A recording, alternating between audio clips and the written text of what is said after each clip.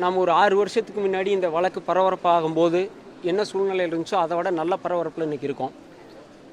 உங்களுக்கு இந்த வழக்கு வெளியே வருவதற்காக முதல்ல ஒரு பெண் கம்ப்ளைண்ட் கொடுத்தாங்க.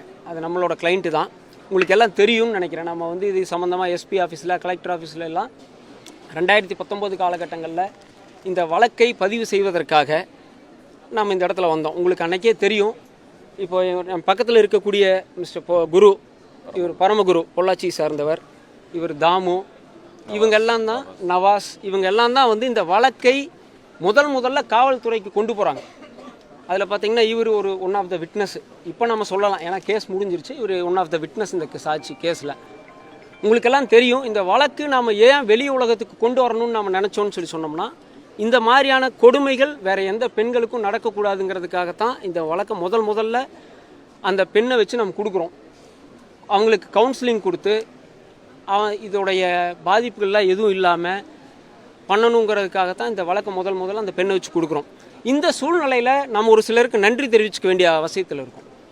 யாருக்கெல்லாம் சொல்லணும்னு சொன்னீங்கன்னா, சிபிசிஐடி ஆகட்டும், காவல்துறையிலிருந்து இந்த வழக்கு சிபிசிஐடி கை மாறினதுக்கப்புறம் அதை விசாரித்த சிபிசிஐடி ஆகட்டும், அதை தொடர்ந்து இந்த வழக்கை திறம்பட நடத்திய சிபிஐக்கும், இந்த வழக்கை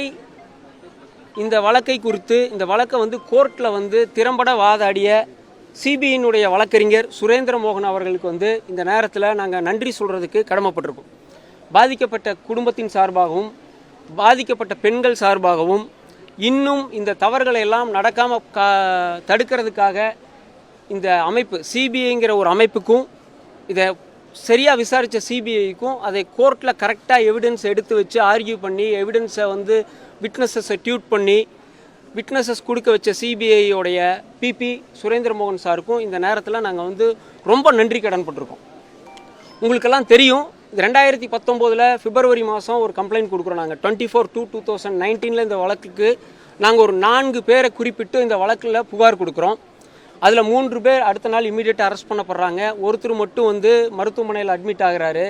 அட்மிட் ஆகிட்டு ஒரு வாய்ஸ் மெசேஜ் வருது. இந்த வழக்கு பரபரப்பு காரணமாக இருக்கக்கூடிய A2 திருநாவுக்கரசு ஹாஸ்பிட்டல் அட்மிட் ஆகிட்டு இந்த வழக்கில் அரசியல் பின்புலம் இருக்குது அப்படின்னு ஃபஸ்ட்டு ஒரு வாய்ஸ் நோட் போட்டது தான் இந்த வழக்கினுடைய பரபரப்பினுடைய முதல் படி. உங்களுக்கு எல்லாம் தெரியும், இந்த வழக்கு அவர் சொல்ல வந்த காரணம் என்னென்னா, பின்னாடி இருக்கக்கூடிய அரசியல்வாதிகள் இந்த போலீஸை புகார் கொடுத்து போலீஸில் நிர்பந்தித்து இந்த வழக்கை பதிவு செய்து எங்களை எல்லாம் கைது பண்ண சொல்லி நிர்பந்திக்கிறாங்க அப்படிங்கிற தோணியில் தான் அவர் திருநாவுக்கரசு ஃபஸ்ட் அந்த ஆடியோ போடுறார். உங்களுக்கெல்லாம் தெரியும், 24/2/2019 இந்த கம்ப்ளைண்ட் கொடுத்ததுக்கப்புறம் அடுத்த நாங்கள் முதல் கம்ப்ளைண்ட் கொடுத்ததுக்காகத்தான் பேசுகிறோம். முதல் நாங்கள் கம்ப்ளைண்ட் கொடுக்கல, பேர் குறிப்பிட்டு 4 பேருக்கு பேர் குறிப்பிட்டு மட்டும்தான் நம்ம கம்ப்ளைண்ட் தரோம். ஏன்னா எங்கள் சகோதரி இந்த சம்பவத்தில் பாதிக்கப்பட்ட சகோதரி இவர்களுடைய அந்த சதி வலையிலிருந்து மீண்டவங்க. இந்த சதி வலையிலிருந்து மீண்டு வெளி உலகத்துக்கு இவங்களை பற்றி குற்றவாளிகளை அடையாளம் காமிக்க வேணுங்கிறதுக்காக முதல்ல கொஞ்சம் தயங்குனாங்க கூட.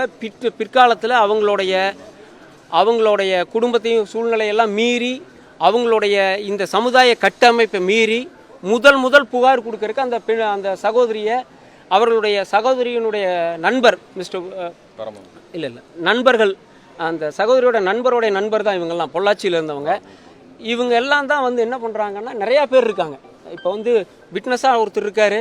இந்த வழக்கை பதிவு செய்வதற்காக முதல்ல எடுத்து போராடக்கூடிய சகோதரியுடைய நண்பர்கள் தான் இவங்கெல்லாம். இவங்க இந்த புகார் கொடுக்க வைக்கிறதுக்காக நாங்கள் கவுன்சிலிங் கொடுக்குறோம். புகார் கொடுத்தா உங்களோட ஐடென்டிட்டி வெளியே போகாது, இந்த புகார்னால உங்களுடைய தனிப்பட்ட சுதந்திரம் பாதிக்கப்படாது அப்படின்னு சொல்லி தான் நம்ம கொடுக்குறோம். அதை இன்னைக்கு வரைக்கும் சிபிஐ காப்பாற்றி கொடுத்துருக்காங்க. கடந்த 13/3/2019 அன்றைய அனைத்து இந்திய அண்ணா திராவிட முன்னேற்ற கழக அரசு இந்த பிரச்சனை பெருசாகும் போது இந்த வழக்கை சிபிஐக்கு மாற்றிடுறாங்க. சிபிஐக்கு மாற்றினதுக்கப்புறம் ஹைகோர்ட்டில் கிருபாகரன் ஜஸ்டிஸ் கிட்ட போகுது இந்த வழக்கு. ஒரு பப்ளிக் இன்ட்ரெஸ்ட் லிட்டிகேஷன் போகும்போது புகார் கொடுத்த எங்களது தரப்பினுடைய சகோதரிக்கு ஒரு 25 லட்சம் காம்பன்சேஷன் அவார்ட் பண்ணுறாங்க. காம்பன்சேஷன் அவாய்ட் பண்ணிவிட்டு இந்த சிபிஐக்கு மாற்றக்கூடிய அந்த ஜியோவையும் அதில் அப்ரிஷியேட் பண்ணிவிட்டு அந்த 16/3/2019 174/2019 ஒரு ஜியோ போட்டு இந்த வழக்கை சிபிசிஐடி கிட்டேருந்து சிபிஐ கொடுக்குறாங்க. சிபிஐ கொடுக்கும்போதே கைது செய்யப்பட்டவர்கள் அனைவரும் குண்டாஸில் இருக்காங்க. இதில் என்ன ஆரம்பத்தில் ஒரு குழப்பம் வந்துச்சுன்னா, போன ஃபஸ்ட்டு டைமே மொத்தம் பாலியல் வழக்கு ஒன்று, பாலியல் வழக்கை தொடர்ந்து ஒரு அடிதடி வழக்கு. அந்த அடிதடி வழக்கில் ஜாமீனில் வெளியே வந்தது தான் இத்தனை பிரச்சனைக்கும் மீடியா அவுட்ரேஜுக்கு காரணம். அன்னைக்கு ஏதோ இந்த பாலியல் வழக்கில் குற்றம் சாட்டப்பட்ட நபர்கள் ஜாமீனில் வெளியே வந்துட்டு தான் ஒரு தோற்றம் ஏற்படுத்தப்பட்டுச்சு.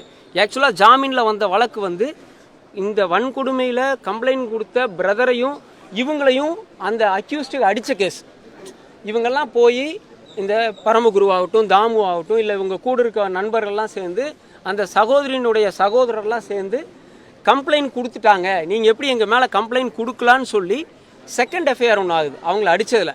அந்த அடித்த கேஸில் அடிதடி வழக்கில் தான் அந்த நபர்கள் வந்து அடையாளம் காணப்பட்டு அவங்க வந்து பெயிலில் வர்றாங்க. அந்த பெயிலில் வரும்போது என்னாச்சுன்னா, அன்னைக்கு இருந்தக்கூடிய சூழ்நிலையில் பாலியல் வழக்கில் அவங்க பெயிலில் வந்துட்டதா பெரிய பிரச்சனையாயிடுச்சு. அப்புறம் தான் அது பெருசாகுது. ஒரு விதத்தில் அது நல்லதும் கூட. ஏன்னா அதுக்கப்புறம் தான் உங்களுக்கெல்லாம் தெரியும், இன்றைக்கி 8 புகார் சேர்ந்து விசாரிக்கப்பட்டிருக்கு. சிபிசிஐடிக்கு போனதுக்கப்புறம் சரி, சிபிஐக்கு போனதுக்கப்புறம் சரி, பாதிக்கப்பட்ட பெண்கள் புகார் கொடுக்கறதுக்கு முன் வரணும்னு சொல்லி அதுக்கப்புறம் புகார் கொடுக்க அந்த முன் வந்த ஒரு 8 பெண்களுடைய மறுபடியும் 8 எஃப்ஐஆர் ஆகுது. எல்லாத்தையும் புட் டுகெதர் விசாரிக்கிறாங்க. உங்களுக்கு சிபிஐயோடைய பிபி கரெக்டாக சொன்னார். ஆக்சுவலி 8 கேஸையும் விசாரித்து ஒவ்வொருத்தருக்கும் ஒவ்வொரு தன்மை, ஒவ்வொரு வழக்கில் ஒவ்வொருத்தர் சம்மந்தப்பட்டிருக்காங்க, ஒவ்வொரு வழக்கில் ஒருத்தர் சம்மந்தப்பட்டிருக்காங்க. அப்படி விசாரித்து இன்றைக்கி வந்து அவர்களுக்கு வந்து உங்களுடைய பேராதரவினோடையும் சரி, இந்த நீதி நிலைநாட்டப்பட்டதோட சரி, சாகும் வரை ஆயுள் தண்டனை கொடுக்கப்பட்டிருக்கு.